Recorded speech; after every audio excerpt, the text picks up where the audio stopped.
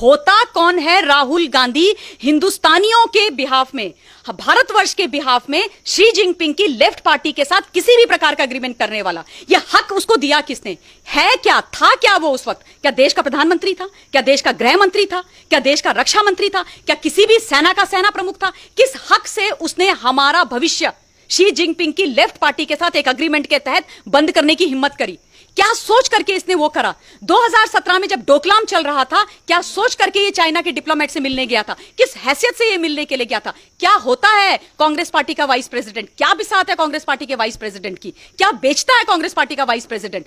तुम जो हो इस तरीके के एग्रीमेंट्स और इस तरीके के एमओयू साइन करोगे, मेमोरेंडम ऑफ अंडरस्टैंडिंग, बाकी लोगों के साथ इस देश को बेचने के लिए, इस देश को गुमराह करने के लिए, और उसके बाद अपनी इसी शक्ल अचानक से जगोगे रात के अंधेरे में, एक वीडियो बनाओगे अपनी शक्ल लेकर के और उसको तुम पोस्ट कर दोगे और बोलोगे कि मोदी जी आप बताओ ऐसा क्यों हो रहा है, मोदी जी आप बताओ क्या हो रहा है, क्या हो रहा है? 1 इंच की जगह उन्होंने नहीं ली है। आज तुम अपनी सेना को डाउट कर रहे हो। देश की सेना कह रही है, सेना प्रमुख कह रहे हैं, हमारे जो फील्ड लेवल के कमांडर्स और जनरल्स हैं वो कह रहे हैं कि हमारी 1 इंच जमीन पर कब्जा नहीं हुआ है, हमने जो बोला है वही सच है। लेकिन इन्होंने जब भी हमारी लड़ाई किसी भी दुश्मन देश के साथ हुई है, इन्होंने कभी भी अपनी आर्मी का साथ नहीं दिया है। इन्होंने जाकर के ये दुश्मन देश के साथ खड़े हो गए।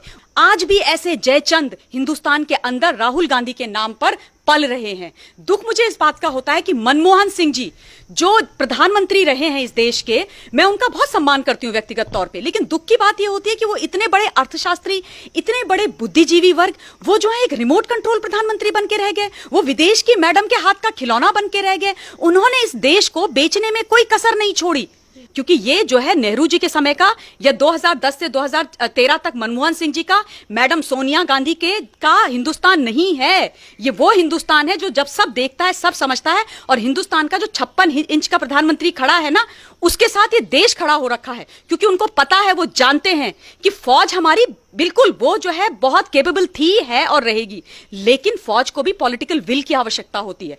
सोनिया गांधी, मैडम गांधी जी जिन्होंने 80s में इस देश की नागरिकता ली है, सोनिया गांधी जी जिनसे एक शब्द नमस्कार तक वो शुद्ध हिंदी में नहीं बोल पाती हैं, सोनिया गांधी जी जो हिंदुस्तान की धरती पर बोझ बन के बैठी हुई है, सोनिया गांधी जी जिसने इस देश की राजनीति को कुठाराघात कर करके इस देश को बर्बाद करने में कोई कसर नहीं छोड़ी, मैडम सोनिया गांधी जी जो पुत्र मोह में ऐसी अंधी हो गई हैं, उन्होंने अपनी आंखों में पट्टी बांधी है कि उस मंद बुद्धि को जो एमपी का मतलब कहीं किसी ऑफिस में 4th क्लास में जाने के लायक नहीं है, उसको देश के प्रधानमंत्री बनने के ख्वाब देख रही हैं, उनके वो इस तरीके की जब बातें करती है ना, तो साफ साफ इस देश को दिखता है कि वो चाहती क्या है, वो चाहती क्या है।